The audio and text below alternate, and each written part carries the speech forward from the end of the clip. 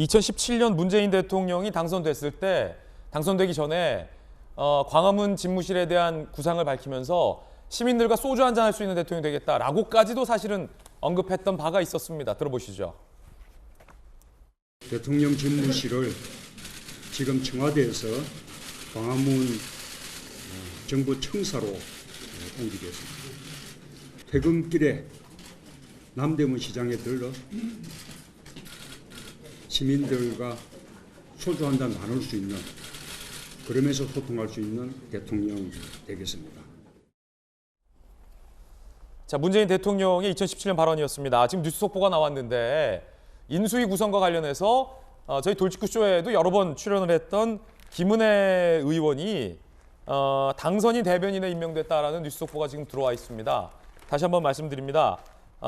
청와대 대변인 출신이었고 현재 경기도 분당의 국회의원인 김은혜 의원이 지금 대통령 당선인 대변인으로 임명이 됐다라는 사실이 최종적으로 확인이 됐습니다. 관련돼서 지금 들어온 소식이기 때문에 여러분께 보도를 해드리겠습니다. 이재명 기자, 저희 돌직구쇼에도 여러 번 출연했던 김은혜 의원이라서 우리 시청자들도 잘 이제 익숙하실 텐데 대장동 관련된 의혹에서도 적극적으로 활약을 했었고 또 워낙 청와대 대변인 출신이었기 때문에 윤석열 대통령 당선인 입장에서는 당선자 대변인으로 낙점을 한 거군요. 그렇게 볼 수 있겠죠. 당선자 대변인과 인수인 대변인은 또 다르죠?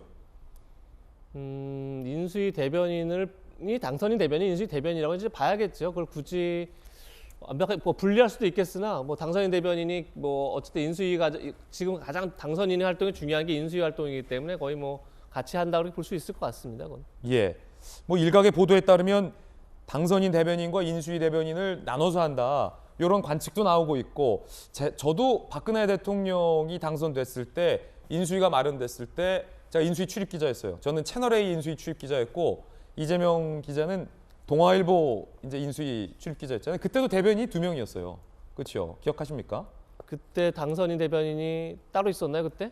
대변인 인수위 대변인이 2명이었습니다. 인수위 대변인 2명이었죠, 그때는. 박선규 대변인하고 윤창중 대변인. 대변인이 2명이었던 걸로 기억나지. 그게 딱 역할을 구분해서 당선인 대변인이었던 건 제가 한번 확인해 봐야겠습니다. 그래서 그 대변인 2명이 있던 도 있어요. 자, 김은혜 대변인의 당선인 대변인 임명 소식 발빠르게 전해드렸습니다. 문재인 대통령이 5년 전에 광화문 대통령을 약속한 바 있는데 왜 이게 무산됐을까요? 고층 유리 건물이 광화문에 많다. 문재인 정부에서 이제 밝혔던 내용들을 종합해 보면 테러 방지 등 경호에 이제 걸림돌이 된다. 도청 우려 문제, 통신 차단의 어려움, 대통령 이동 시 교통 통제로 인한 시민의 불편, 영빈관 및 헬기장. 제가 그때 왜 김진애 컨 헬기 타령이야 이럴 분도 계시지만 바로 헬기장 마련 공간이 어렵다고 무산된 바 있었습니다.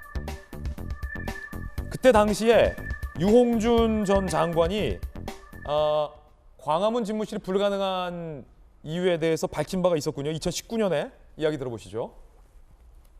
경호와 의전이라고 하는 게 엄청나게 복잡하고 어렵다고 하는 사실을 대통령께서도 인지하셨고 현실적으로 지금 가능한 것은 아니었다. 풍수상의 불길한 점, 이거를 생각을 할 적에는 옮겨야 되는데. 풍수상의 불길하다는 얘기는 어떤 근거로? 수많은 풍수상의 근거로. 근거가 있는 얘기. 네. 풍수가 근거가 있다면 근거가 있는 것입니다.